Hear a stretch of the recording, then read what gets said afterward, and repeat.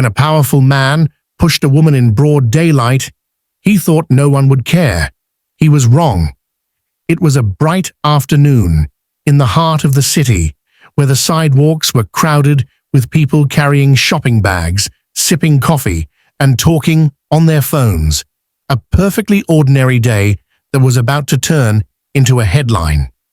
Among the crowd walked Amelia Brooks, a young black attorney in her early 30s, her red blazer vivid against the gray and beige tones of the city, her curly hair bouncing lightly as she carried a folder of legal documents under one arm and her handbag in the other, her eyes focused but her mind wandering over the tasks waiting for her back at the firm.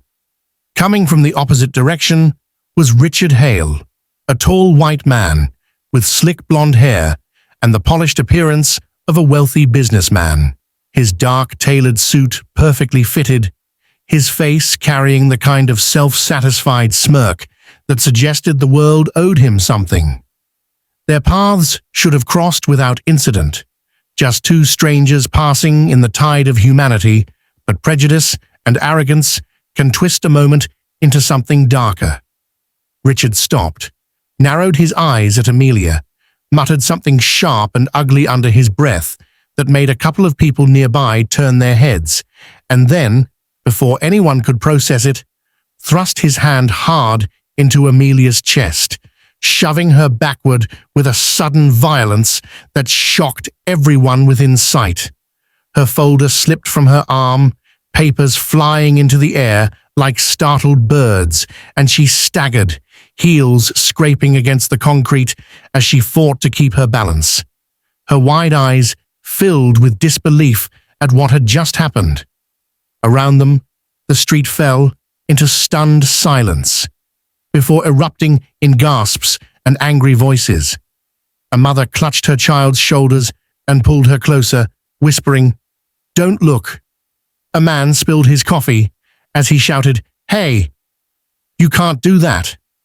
A college student instinctively pulled out his phone and began recording, his hands shaking as he captured every detail. Amelia's breath caught in her throat, and for a moment, she simply stared at Richard, the sting of humiliation burning hotter than the physical shove, wondering why she had been targeted, what she had done except exist in her own skin. Richard, meanwhile, stood unmoved, his jaw tight, his blue eyes cold, the arrogance radiating from him as if daring anyone to step forward. But in today's world, cruelty does not go unseen. Within seconds, the video recording was already being live-streamed. Within minutes, it would spread across social media, gathering outrage like a storm cloud, turning a single act of aggression into a public scandal that could not be ignored. The crowd's anger rose. Someone helped Amelia gather her scattered documents. Others confronted Richard with shouts, and a man in a leather jacket even stepped forward, his fists clenched, ready to defend Amelia if Richard tried again. Richard sneered and muttered dismissively, but the circle tightening around him made it clear he would not walk away without consequence. Amelia's heart pounded, humiliation mixed with fear and anger, but she lifted her chin and met his gaze, refusing to shrink, refusing to give him the satisfaction of breaking her. By the time the police arrived, summoned by multiple frantic calls, the scene had escalated into a confrontation between an indignant crowd and an unrepentant aggressor, one side demanding justice, the other side wearing arrogance like armor. The officers separated Richard from Amelia, took statements from witnesses, and most importantly, confiscated the student's video that would soon become evidence. As Richard was escorted toward the squad car, he kept insisting he had done nothing wrong, that people were overreacting, that she got in his way. His words only fueled the anger of the crowd, who booed and shouted after him. Amelia, standing a few feet away, tried to steady her trembling hands as she collected her documents once more, feeling the eyes of dozens of strangers on her, their expressions filled with sympathy, outrage, and solidarity. She hadn't chosen to become the center of this storm, but now she was, and deep inside, she knew this wasn't just about her. It was about something much bigger, something rotten in society that people were tired of ignoring.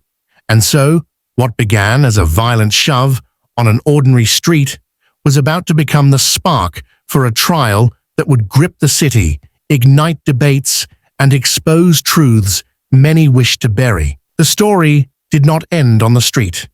In many ways, that was only the beginning, because within hours, the video of Richard shoving Amelia had spread across every major platform, sparking thousands of comments, heated debates, and a tidal wave of outrage that the city authorities could no longer ignore. And by the next morning, news anchors were replaying the footage with grim voices, demanding accountability. Amelia, still shaken but determined, agreed to press charges, despite the weight of knowing she would be placed under a spotlight she had never sought. While Richard, bailed out by his expensive lawyer, appeared smug in front of cameras, brushing off the incident as misunderstood and sneering at reporters who dared question him. The courthouse buzzed with journalists, activists, and ordinary citizens eager to witness what they saw as more than just a case of assault. It was a test of whether justice could prevail against arrogance, money, and prejudice. The prosecution built its argument carefully, using the video evidence, the testimony of bystanders, and Richard's own dismissive words to paint a picture of unprovoked aggression rooted in something deeper than a random shove. Amelia took the stand, her voice steady despite the tremor in her hands, recounting how she had simply been walking back from lunch, how she had never spoken to Richard before, and how the humiliation of being attacked in broad daylight had burned more than the physical push. Her words carried weight. The courtroom hung on every syllable, some jurors shifting uncomfortably as they imagined themselves in her place. Witnesses followed. An elderly shopkeeper who said he had never seen anything like it in 50 years, a young mother who admitted she had to cover her child's eyes, and the college student whose video had gone viral, his voice shaking as he described how the crowd froze in disbelief. The defense tried to poke holes, suggesting Richard had been accidentally bumped and had lost his balance.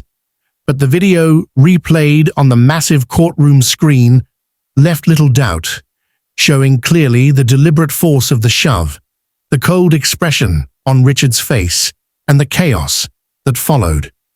As the days dragged on, the case became national news, with opinion pieces, interviews, and heated debates filling every channel.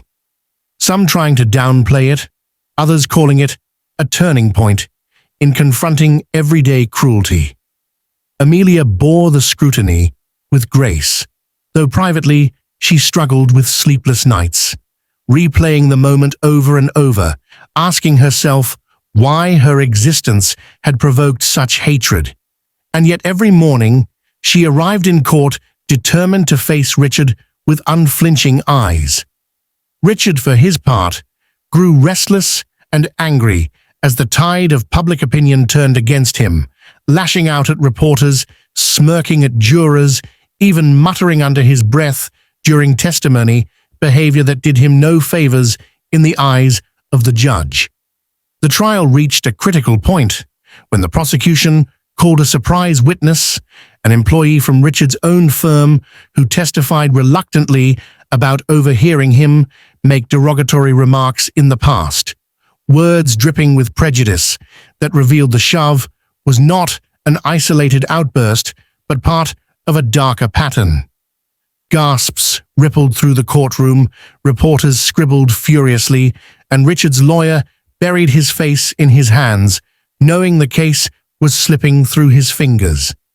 Amelia watched from her seat, her heart racing, realizing that the truth was finally breaking through Richard's carefully constructed facade. And as the judge banged his gavel to restore order, the sense grew that this was no longer just a trial about a shove. It had become a trial about character, about decency, about the society people wanted to live in, and Richard, once confident in his untouchable wealth and privilege, was now standing, exposed, under the harsh light of justice, stripped of excuses, his arrogance crumbling as the walls of denial closed in. The final days of the trial carried a tension so thick that every breath in the courtroom seemed to weigh more than air itself. As the prosecution delivered its closing argument with deliberate clarity, reminding the jury that this was not a case about confusion or misinterpretation, but about choice, about one man's decision to treat another human being with contempt and violence, and the defense, floundering, repeated weak claims of exaggeration that even Richard himself seemed too restless to believe, his eyes darting between jurors as though he could intimidate them into sympathy. Amelia sat tall, her red blazer like a banner of resilience, her gaze steady despite the storm inside her. And when the jury was dismissed to deliberate, the hours that followed felt like days stretched into eternity. The whole nation watching, waiting, refreshing news feeds for any sign of movement. At last the doors opened and the jurors filed back, their faces solemn, their eyes heavy with the burden of judgment. The foreman stood, cleared his throat, and read the verdict. Guilty. The word echoed like thunder through the chamber, drawing gasps, cries of relief, and even a few cheers quickly silenced by the judge's gavel. Amelia closed her eyes, not in triumph, but in release, as though a chain had fallen from her shoulders, while Richard slumped back in his chair, his face pale, his mouth open in disbelief, unable to fathom that the world had dared to hold him accountable.